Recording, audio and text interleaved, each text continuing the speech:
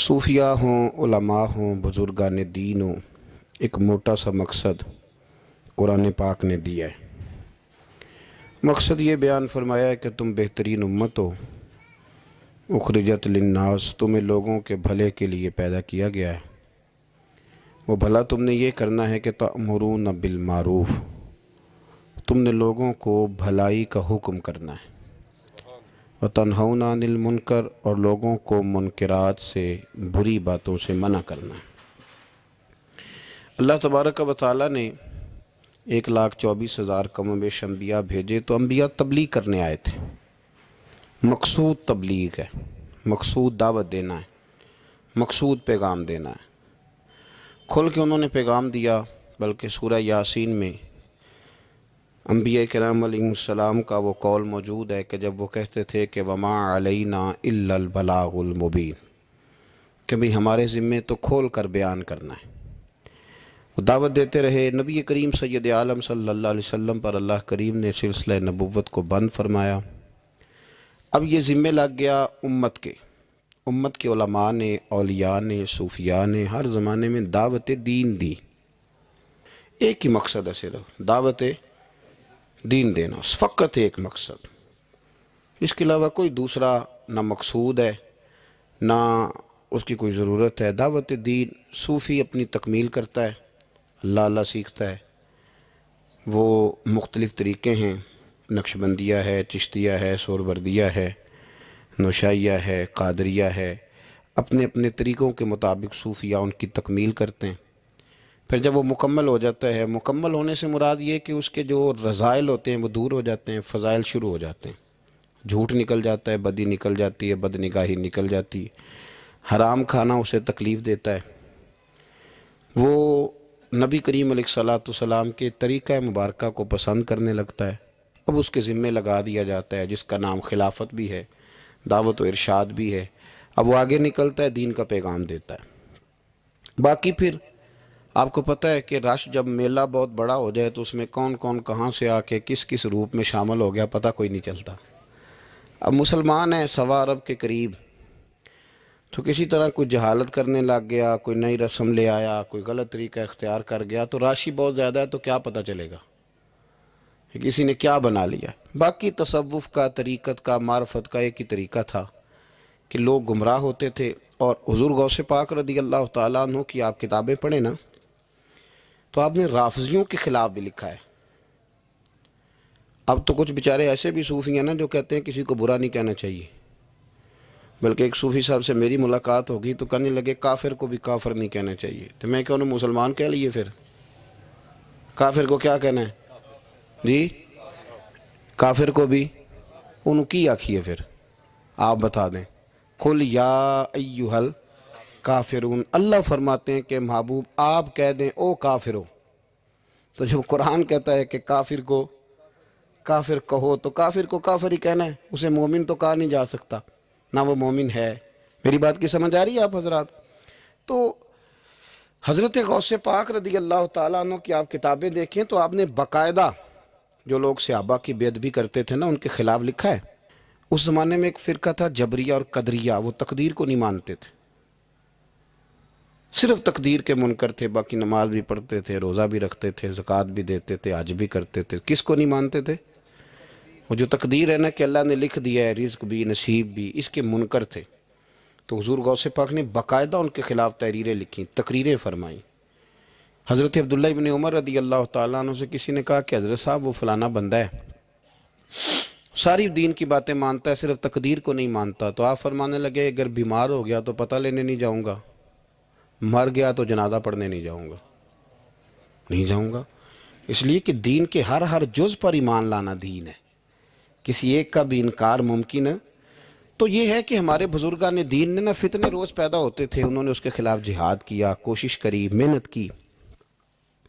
اعلیٰ حضرت بریلوی رحمۃ اللہ علیہ کے زمانے میں لوگ پیدا ہو گئے، انہوں نے بڑی بڑی عجیب باتیں سرکار کی ذات کے بارے میں کرنی شروع کر دیں۔ اگر اسی طرح کے صوفی ہوتے جس طرح کے صوفی پائے جاتے ہیں، کسی کو کچھ بھی نہیں کہنا، تو ٹھیک ہے، جو مولوی اپنی کتاب میں لکھ رہا تھا کہ نبی پاک کا علم جانوروں پاگلوں کی طرح، اس کو لکھنے دیتے، کسی کو کچھ کہنا تو ہے ہی نہیں، لکھنے دیتے، وہ بالکل چھٹی تھی۔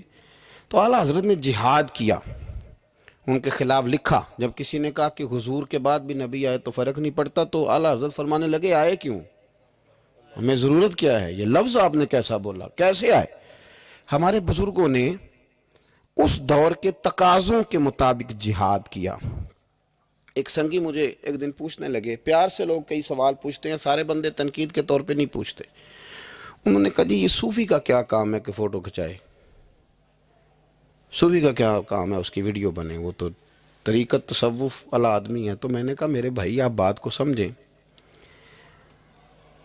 صحابہ کرام نے کوئی کتاب نہیں لکھی تھی، اس لیے کہ قرآن کافی تھا اور حدیث، کیونکہ ان کے زمانے میں نہ جبری آئے، نہ قدری آئے، نہ رافضی آئے، نہ ناسبی آئے، نہ خارجی آئے. آپ کو پتہ ہے حضرت علی کے زمانے میں ایک گروہ اٹھا تھا، پورا گروہ مولا علی کے زمانے میں خارجیوں کا.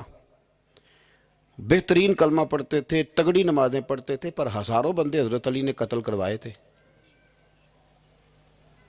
رش زیادہ ہوتا ہے تو غلط لوگ بھی شامل ہو جاتے ہیں. مجھے بتائیں کہ آپ بیج نہیں ڈالتے تو پھر بھی فصل کے ساتھ جڑی بوٹی اگ آتی ہے کہ نہیں؟ تو موج کرنے دے، اس کو بھی آ گئی ہے تو کاٹتے کیوں ہو؟ وہ اس لیے کاٹی جاتی ہے کہ اصل فصل کا وہ پھر نقصان کرتی. تو حضرت علی نے وہ قتل کرائے، لوگ وہ کرانے پڑے ورنہ وہ خرابی کر رہے تھے. اب صحابہ نے کوئی کتاب نہیں لکھی، لیکن بعد میں جب حالات خراب ہوئے، جبری آئے، قدری آئے، ناسبی آئے، خارجی آئے، تو غوث پاک نے بھی کتابیں لکھی، محدث ابن الجوزی نے بھی کتابیں لکھی، شیخ شہاب الدین سہروردی کی عوارف المعارف آپ دیکھیں، تصوف والوں نے، طریقت والوں نے کتابیں لکھی، ان لوگوں کا رد لکھا. آج ہمارا زمانہ جب آیا ہے نا، تو اس زمانے کے اندر لبرل لوگ بیٹھ گئے ہیں ٹی وی پہ. لبرلزم کا دور ہے یہ، دور اصل میں لبرلزم کا دور ہے.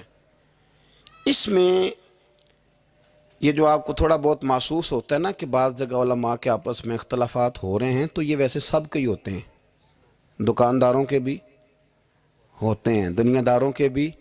ان جیوے کہ اپنی گل کوئی نہیں کرتا جی، اپنی گل کوئی بندہ اپنی بات نہیں کرتا، کیونکہ اپنی طرف اس کی نظر نہیں نہ ہوتی، نظر سامنے ہوتی ہے، تو سامنے والے کی بات کرنا بھی ویسے بھی ایزی ہوتا ہے.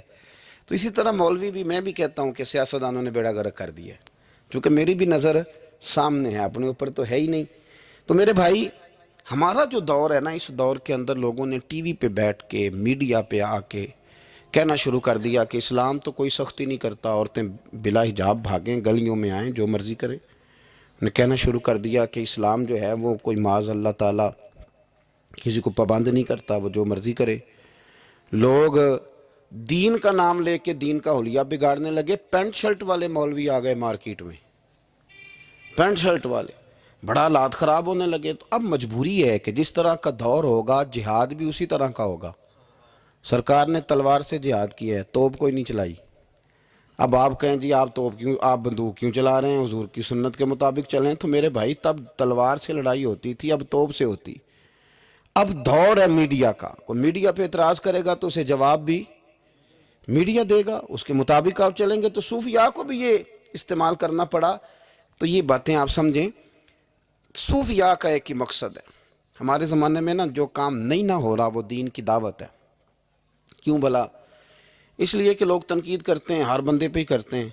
وہ الگ بات ہے کہ میں محسوس زیادہ کر لوں، آپ محسوس زیادہ کر لیں، ورنہ ہر بندہ ہی تنقید کی زد میں، ہر بندہ وہ جس شعبے سے بھی تعلق رکھتا ہے. میرے بھائی، ایک ہی مقصد ہے ساری طریقت کا، وہ ہے دعوت دین. دعوت بے نمازی کو نماز کی دعوت، شریعت کے باغی کو شریعت کی دعوت. کبھی آپ نے یہ نہیں سنا ہوگا کہ مولوی ہڑتال پہ ہیں تو مسجدوں میں جمعہ نہیں ہوگا آج. کبھی سنا ہے؟ ڈاکٹر ہڑتال پہ جاتے ہیں کہ نہیں؟ وکیل، ٹرینوں والے، مولوی صاحب کبھی گئے ہوں کہ آج مولویوں کی ہڑتال ہے؟ اللہ کے فضل سے کبھی آپ نے نہیں سنا ہوگا، کبھی ایسا نہیں ہوا.